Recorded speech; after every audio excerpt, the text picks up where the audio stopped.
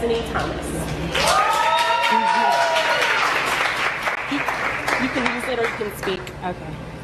Well, hello, everybody. As Lauren said, my name is Destiny Thomas. So I'm going to really speak from my infertility story from the beginning and kind of give you where I am now. So I remember getting married in 2010, and my goal was to not have kids. I was like, I got married at 21, so I was like, we don't need any kids, we'll just vacation, have a good time. And then us having fun like we should when you just get married, I took a pregnancy test and I was pregnant. But I went to the doctor and she actually told me that I was pregnant, but I was not going to have the baby by the end of the week because my progesterone levels were too low. She didn't go into any more detail than that, just, hey, this happens all the time. So I was like, if you've ever lost a child, something inside of me was like, you have to not replace this child, but now it's time for you to have a baby. A year went by and we were having fun and nothing happened. And I went to my doctor because my women's intuition told me to go to the doctor. And I was diagnosed with a condition known as polycystic ovarian syndrome, also known as PCOS. I didn't know what that was. All I know is on the ultrasound I saw a cyst, and he said I had cancer. And he was like, no, this is different. All you have to do is lose weight and you'll have a baby. I lost weight and I didn't have a baby. 3 years passed and I paid thousands of dollars. I was depressed and I didn't eat for depression. I actually shopped for depression. So I used to go on lavish vacations, buy the best baby shower gifts because I couldn't have a baby. And my mother and God reprimanded me and said, you're being a hypocrite. You go around telling people I gave you your husband, I gave you your home, I gave you all these amazing things, but yet and still you don't believe my word when it says be fruitful and multiply. I was ashamed, to be honest. So I told my doctor, I said, I'm not going to come back. I'm going to get in my word and believe in God. And I started reading the book of Samuel. His mother is Hannah, and if you know her story, she was married, and her husband had children to his other wife, but she couldn't have kids.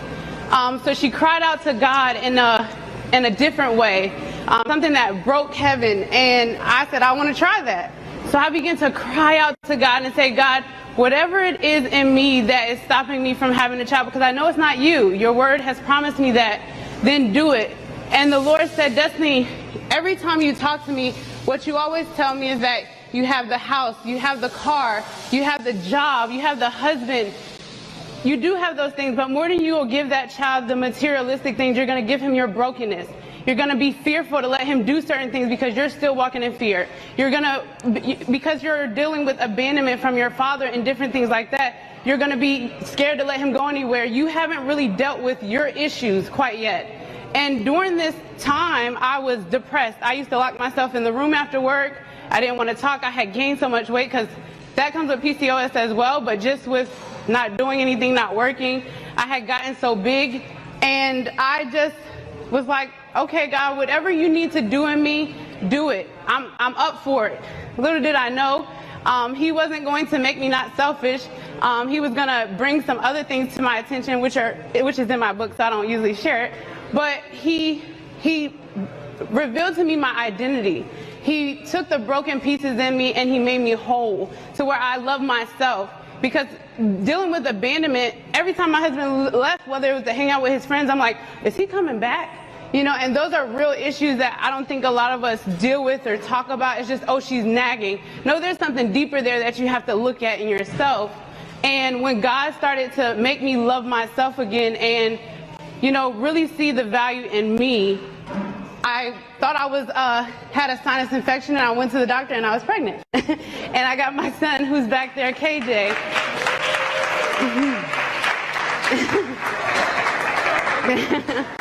But that lesson taught me so much more than just you can get a child. It taught me that I didn't have to only use God on Sundays in church. I didn't only have to use God in the areas I was okay with releasing to him. Because finance, I could always believe God, pay my tithes and he'll take care of me. And I told people I was actually an entitled Christian. And what that means is because every time I prayed, he would come and answer. But it was in that moment where I prayed and I'm like, hold on, something, you changing up. What's happening? But a part of the story that I kind of left out is when I got married, me and God had a real deep conversation. And he said, Destiny, your relationship with me is amazing. But I want to warn you, when you get married, don't put that man before me. Friends, he came back and said it again. And I know now when he says it again, that means it's going to happen. Even if you're like, no, God, that's not going to happen.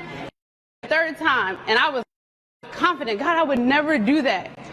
Once again, I was 21 when I got married, and I wanted to cook and clean and be a good wife to my husband, but so forgot who I was, which is God's daughter.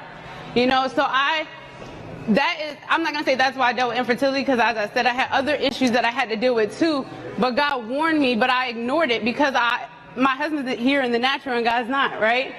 But in that journey, it taught me that I could give him all of my life. So I was working in corporate America. I was there actually since out of high school, and I had got to the point where I was miserable. I was miserable. I used to go to me and my mom worked together. I used to go to her desk every day like, I'm about to walk out now. She's like, well, then can you do it? Because I'm tired of you coming to my desk.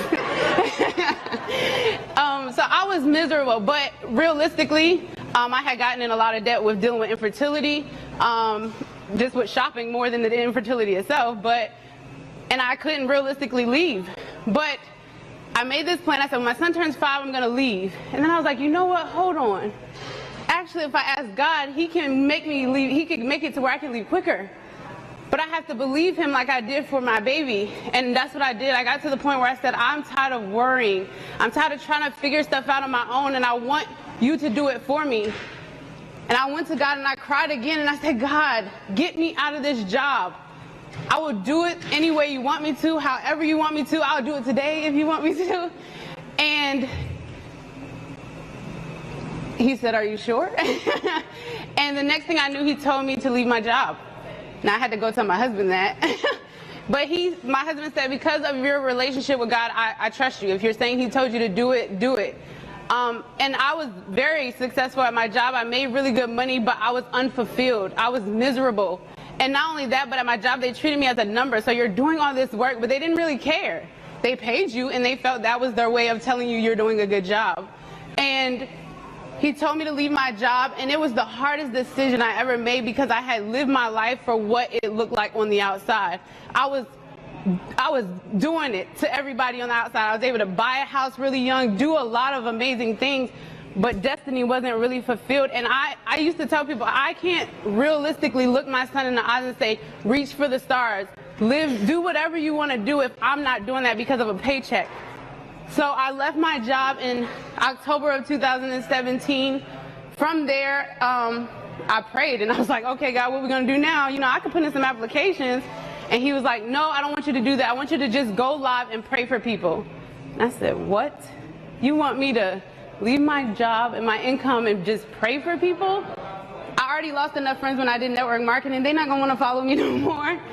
And it took me a while. We had to, go back and forth a little bit. But I eventually did it, and the things that came from that were life-changing. As Lauren said, I now am a prayer and discernment coach. I work with people literally all over the world, really teaching them how to hear from God. There was a template that I used to be able to hear from God, so I use that in my classes, and it has transformed people's lives. And just the way God has been able to, because a lot of people I meet, they've been to church before, but they've been hurt by people in church, and they don't like church, or they feel like they were judged in church.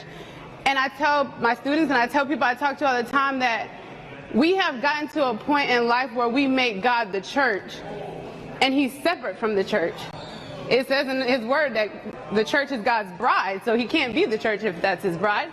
So God is his own entity.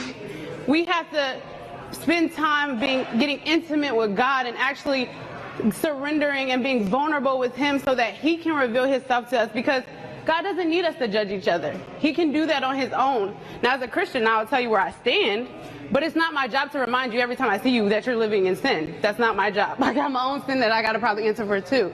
So if we took time to actually just seek God for ourselves and ask God to reveal himself to us in a way that we can't deny, he'll meet us where we are. He'll love on us because God is a God of grace, and then he'll reprimand you. then he'll correct you, then he'll love on you and say, to where I tell people, we feel obligated to love on God. That's why we're like, oh, I didn't pray today. I treat God as if he's my husband. If I literally can't wake up in the morning and not speak to my husband, I can't wake up in the morning and not speak to God. So I talk to God all day, throughout the day. God, what is it that you want me to do? And when I started to do that in life, my life became great. I literally wake up every morning wanting to pinch myself, like, is this really what life is? Am I really able to wake up when I feel like it? Am I really able to do whatever I want to do and not have to answer to anybody just by saying, you lead me, and actually following him? So that is who I am. I'm Destiny, and that's my story. So thanks for you.